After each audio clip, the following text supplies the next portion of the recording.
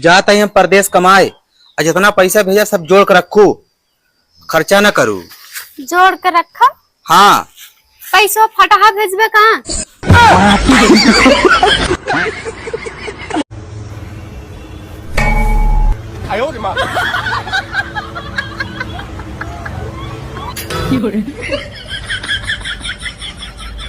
In nomine Patris et Filii et Spiritus Sancti। जब तोके हम पसंद न रहली तो काहे हमसे शादी कैला? अरे वो तो फोटो दिखा के सब हमें जबरदस्ती शादी करवला, हमें का पता कि इतना मोट हो गई। हम कहाँ मोट हई? बुद्धिया से। क्या इंसानियत खत्म होते जा रही है। ये घटना बिहार से एक छोटे से शहर से है। एक पति ने चाकू से काटकर अपने पत्नी को आम खिलाए।